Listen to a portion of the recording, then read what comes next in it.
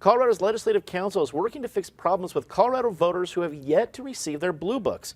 A printer processing error sent books to physical addresses and not P.O. boxes in 34 counties across Colorado. Scott, the Blue Book is this great piece of information with all the details you need, pro and con on every single thing that's on the ballot. You brought yours as a visual aid. Is this a major problem for Colorado, or hey, printer mistakes, P.O. box, that kind of stuff happens? I mean, I can't say that this is a major systemic problem, but I can say for the ballot measure that is now missing from the Blue Book, it is a major problem in a year when it's very difficult to cut through the noise.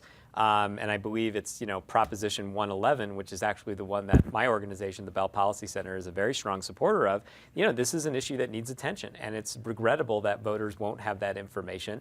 I hope that they correct the mistake and get new information in front of the voters. But unfortunately, it means that, that campaign is going to have to work that much harder and spend that much more money to make sure that this issue gets in front of voters who need to understand what's in front of them. Patty, this was also in these situations where you think one organization's in charge of it and probably got a lot of the complaint calls, and that's not their job technically. The Colorado Legislative Council puts out the Blue Book, but the Colorado Secretary of State, I'm sure Lynn Bartels had a very busy week getting calls about the Blue Book. Issues that happen or bigger problem? I think that's a pretty major problem because it's not just 111 that's affected. We've said it before when there have been other problems with ballots, that when they went out without the right amount of the announcement of how much postage, typos, would it kill these people to get an editor and a proofreader on the project to make sure all the pages are in there? The post office mailing, you can understand sometimes people get confused about basic addresses, but this should have been right from the beginning. The fact that you can go online and see it right is not going to make up for it. So let's just hope when the ballots go out on Monday that they are all perfect. Krista, we're pretty geeky around this table, geek number one right here. I'm hoping Blue Books are this valued piece of information that folks are using, opening, reading through. But do you think they're used that way? Nobody reads them. They go right into recycling every time.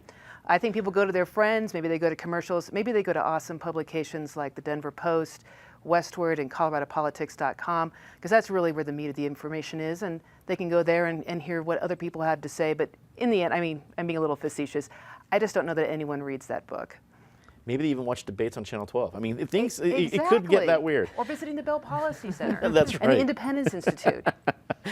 Joey, is the Blue Book the 2018 phone book that's thrown in your driveway, you're irritated, and you throw it in recycling, or is it this great piece of literature that everyone needs to read word for word? It's an example of how government operates sometimes. One of the most important things that we ask them to do, and they screw it up.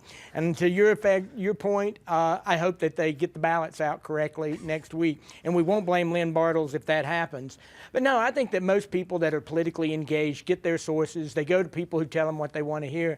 And I just don't think the Blue Book, I think it's outlived its usefulness.